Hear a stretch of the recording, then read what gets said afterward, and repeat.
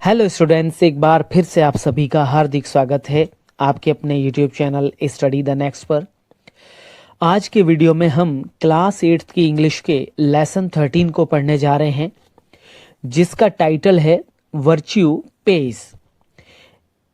इसमें टाइटल में बच्चों जो वर्च्यू शब्द है, इस वर्च्यू का अर्थ होता है सद्गुण, भलाई या नेकी या अच्छे काम।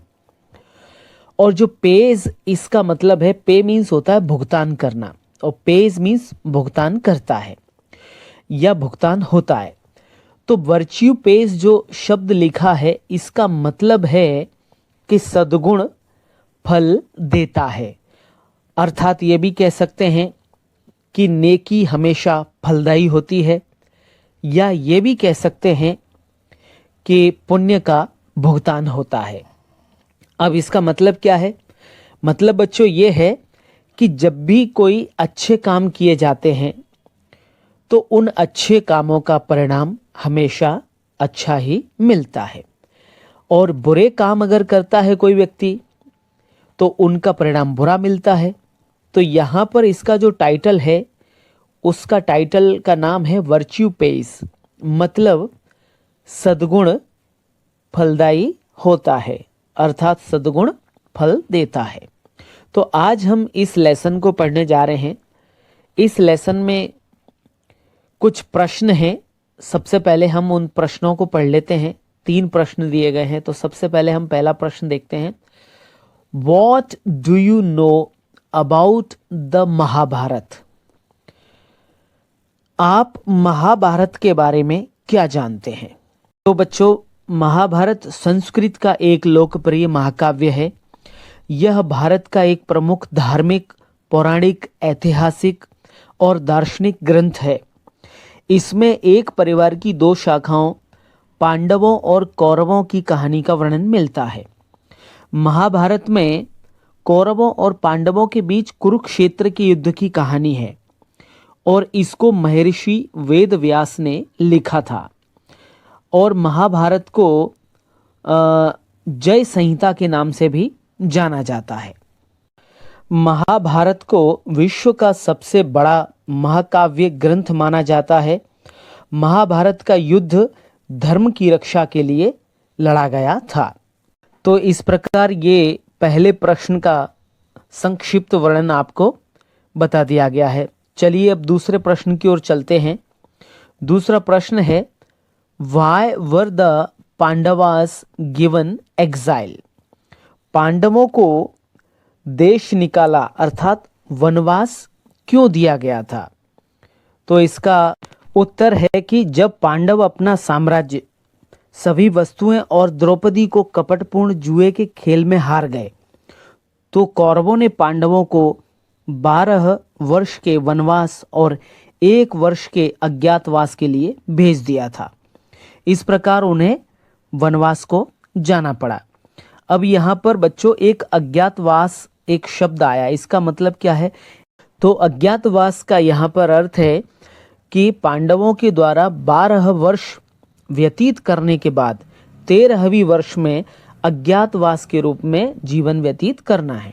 कहने का मतलब है कि 13वीं वर्ष में उनको छुप करके रहना होगा, पहचान छिपा करके रहना होगा।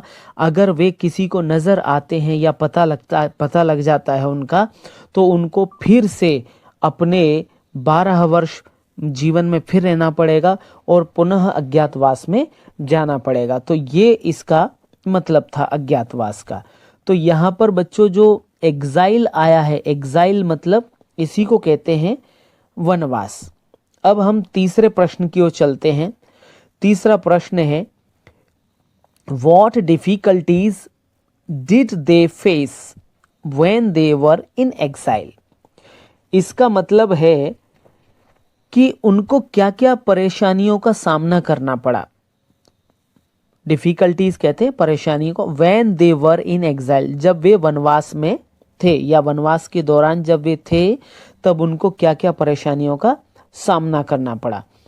तो इसका उत्तर है कि वनवास के दौरान उनको काफ़ी सारी परेशानियां आईं। उनको जंगली जानवर जहां रहते थे, ऐसे जंगलों में रहना पड़ा। उन्हें कई भयानक राक्षस भी मिले थे। और जिनका सामना करा उन्होंने। कई बार तो उनको भोजन और पानी तक की परेशानी आ गई थी, और पानी भी नहीं मिला था, आश्रय भी नहीं मिला था, रहने के लिए जगह नहीं मिली थी। तो इस प्रकार उनको ये कई सारी परेशानियां उनको वनवास के दौरान जंगल में हुई। तो इस प्रकार बच्चों आपका ये तीसरा प्रश्न भी पूरा हो गया।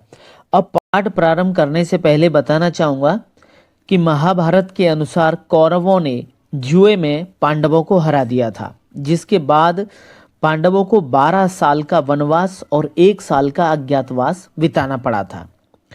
अज्ञातवास के दौरान पांडवों को अपनी पहचान छुपानी थी, क्योंकि अगर उनकी पहचान खुल जाती तो उन्हें फिर से 12 साल का वनवास और 1 साल का अज्ञातवास बिताना पड़ता। तो ये जो पाठ दिया गया है ये पांडवों के उसी समय की वनवास की घटना पर आधारित है। चूंकि यहाँ पर यह भी बताना चाहूँगा कि जो पांडव थे वे राजा पांडु के पुत्र थे, और राजा पांडु के 2 पत्नियां थीं। एक का नाम कुंती और दूसरी का नाम माद्री था। और जो कुंती थीं उनके सबसे बड़े 3 पुत्र युधिष्ठिर, भीम और अर्जुन थे, और जो दूसरी पत्नी थी माद्री, उनके 2 पुत्र नकुल और सहदेव थे। चूंकि यहाँ पर यह बताना चाहूँगा कि राजा पांडु के 5 पुत्र थे, जिनमें सबसे बड़े युधिष्ठिर, दूसरे भीम, तीसरे अर्जुन, चौथे नकुल और 5वें सहदेव थे। राजा पांडु के 2 पत्नियां थी, जिनमें एक का नाम कुंती और दूसरी का नाम माद्री था। तो जो कुंती थी उनके युधिष्ठिर, भीम और अर्जुन थे, और माद्री थी उनके नकुल और सहदेव, ये 2 पुत्र थे। और दूसरी तरफ जो कौरव थे वे धृतराष्ट्र और गांधारी के पुत्र थे, जिनमें सबसे बड़ा पुत्र दुर्योधन था और उसके बाद दूसरा पुत्र दुशासन था। तो दुर्योधन ने पांडवों को जुए में हरा दिया था और उस समय इनको वनवास के लिए भेज दिया गया था। तो उस समय की इस घटना का वर्णन इस पाठ में है।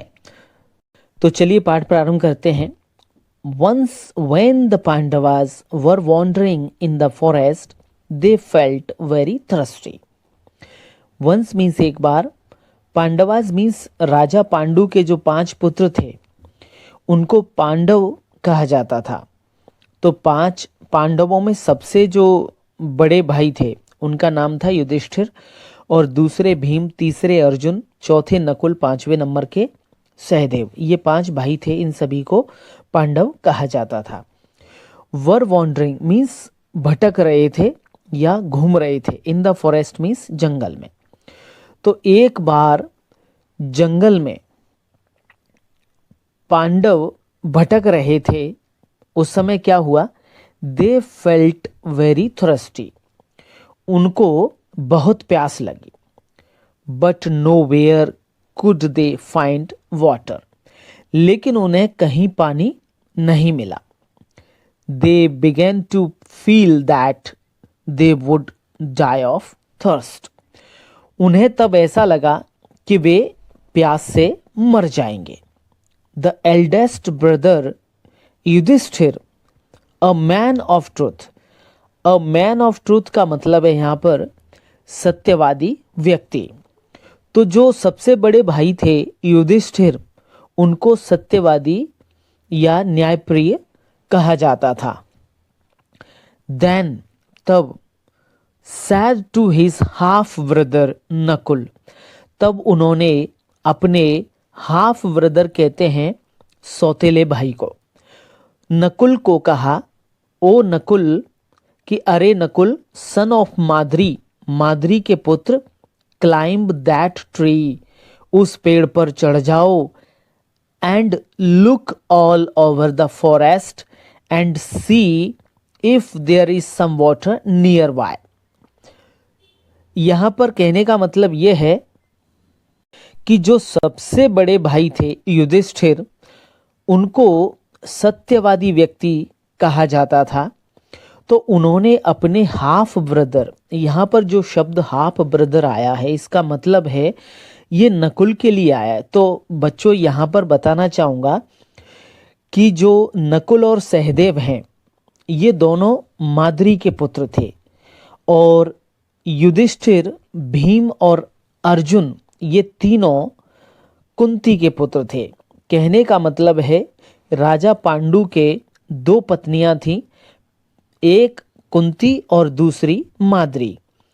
तो राजा पांडु के जो कुंती के पुत्र थे वो युधिष्ठिर, भीम और अर्जुन थे और जो दूसरी पत्नी माद्री थी उनके दो पुत्र नकुल और सहदेव थे।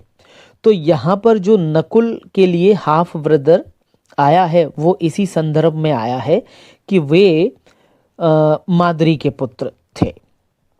तो अब यहाँ पर युधिष्ठिर ने नकुल को कहा कि ओ नकुल, अरे नकुल, सन ऑफ माद्री, माद्री के पुत्र, क्लाइंब दैट ट्री, उस पेड़ पर चढ़ जाओ, look all over the forest and see if there is some water nearby. तो इसका मतलब है कि युधिष्ठिर ने नकुल को कहा कि उस पेड़ पर चढ़ जाओ और जंगल के चारों ओर देखो कि कहीं आसपास कुछ पानी है तो देखो।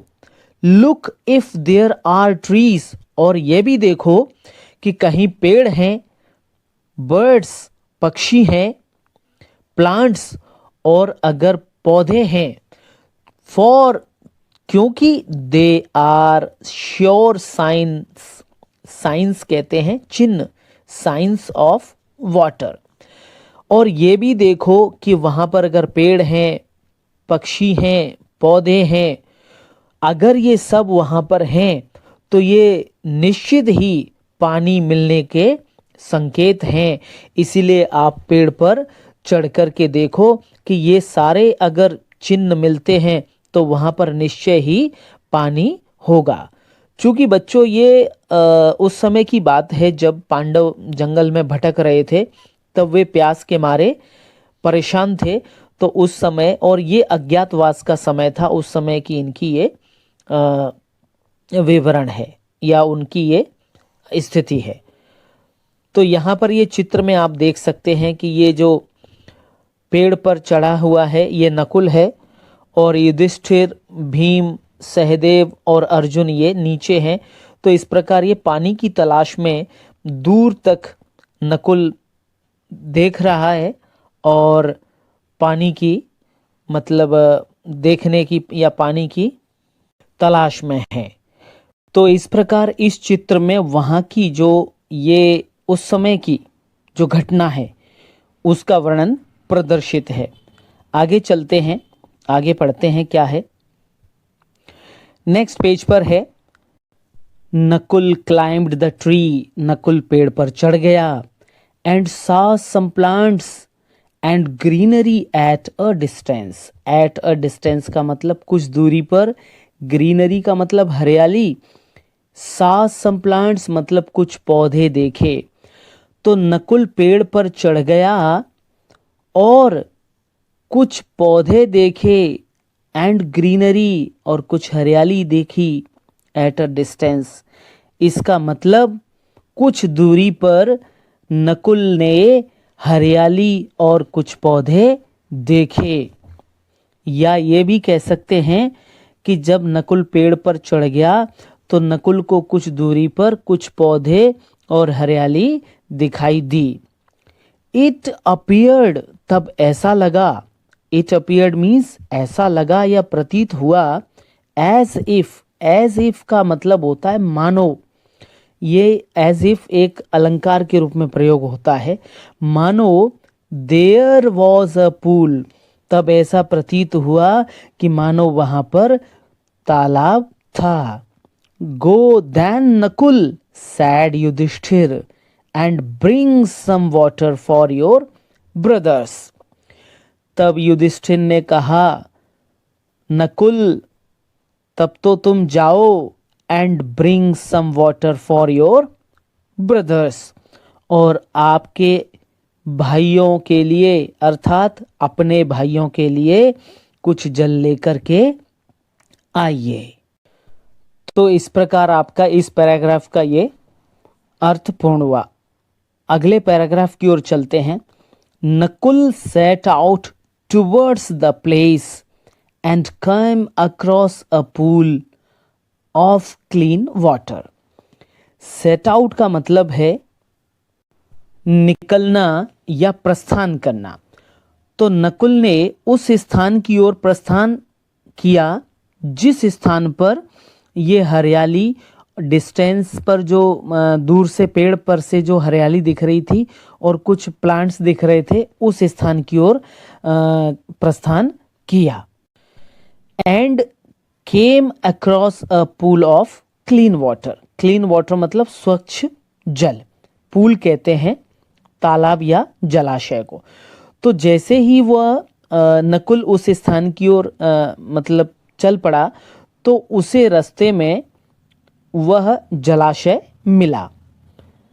No sooner did he bend to drink the water than a strong voice cried. इसका मतलब है कि जैसे ही वह पानी पीने के लिए झुका, then a strong voice cried. Strong voice cried मतलब ऊंचे स्वर में आवाज सुनाई दी या शक्तिशाली जो आवाज थी उसने जोर से अपनी आवाज अर्थात ऊंचे स्वर में कहा। क्या कहा? चलिए सबसे पहले ये थोड़ा मैं इसको क्लियर कर देता हूं तो आपको स्पष्ट दिखाई देने लग जाएगा। तो बच्चों, ऊंचे स्वर में जो आवाज आई उसने क्या कहा? स्टॉप, ठहरो, do not drink the water, जल को मत पीना, till you have owed the laws of this pool. यहां पर इसका मतलब है कि do not drink the water till you have owed the laws of this pool. इसका मतलब है कि ठहरो, जब तक तुम इस जलाशय के नियमों का पालन नहीं कर लेते तब तक पानी मत पीना। No one can drink its water till he has answered the questions I ask. No one can drink its water, इसका मतलब है कि कोई भी इट्स वाटर मीन्स इस तालाब का पानी या इस जलाशय का पानी नहीं पी सकता। मतलब कोई भी इस जलाशय का पानी तब तक नहीं पी सकता जब तक वह मेरे पूछे गए प्रश्नों का उत्तर नहीं दे देता। If you take even a drop of water before this, इसका मतलब है you may die at once. कहने का मतलब है कि अगर आप इससे पहले एक बूंद भी, जल की एक बूंद भी ग्रहण करते हो या लेते हो या पीते हो तो तुम तुरंत मर जाओगे।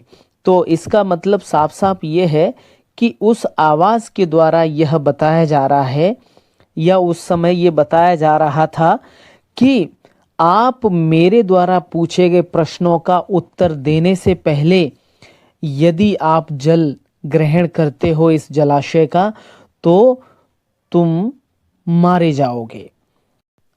अर्थात जल की एक बूंद भी ग्रहण की तो तुम मर सकते हो। ये उस आवाज के द्वारा बताया गया था। तो इस प्रकार आपका ये एक पैराग्राफ नेक्स्ट वाला पूरा हुआ। स्टूडेंट्स, पार्ट 1 के अंतर्गत इसी पैराग्राफ तक आज की स्टडी को यहीं विराम देते हैं।